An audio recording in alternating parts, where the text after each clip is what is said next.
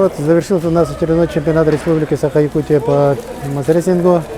Как всегда, он прошел на высоком организационном уровне, очень жесткой конкуренции. 303 участника, 24 муниципальных района, несмотря на пандемию, подготовили к соревнованиям. Хочу выразить благодарность главам муниципальных районов и тренерам, представителям, которые подготовили команды. Уровень, конечно, очень возрос. Будет сформирована сборная команда нашей республики, которая будет готовиться к предстоящему чемпионату России и международным соревнованиям. Хочу отметить высокую налаженную работу судейской коллегии. Ну, как мы видим, пандемия не повлияла на мастерство спортсменов. Были очень яркие схватки.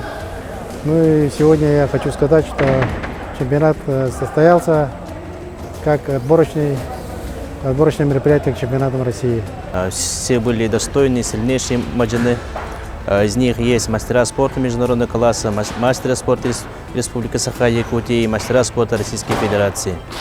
Ну, накал, все спортсмены очень равные. Например, вот международники, чемпионы России, чемпионы мира даже не попали в тройку лидеров. Чемпионат лично командный, поэтому первые места в командном итоге завоевала команда Усалданского улуса, второе место Меганы Кангаласки, третье Татнинский улус.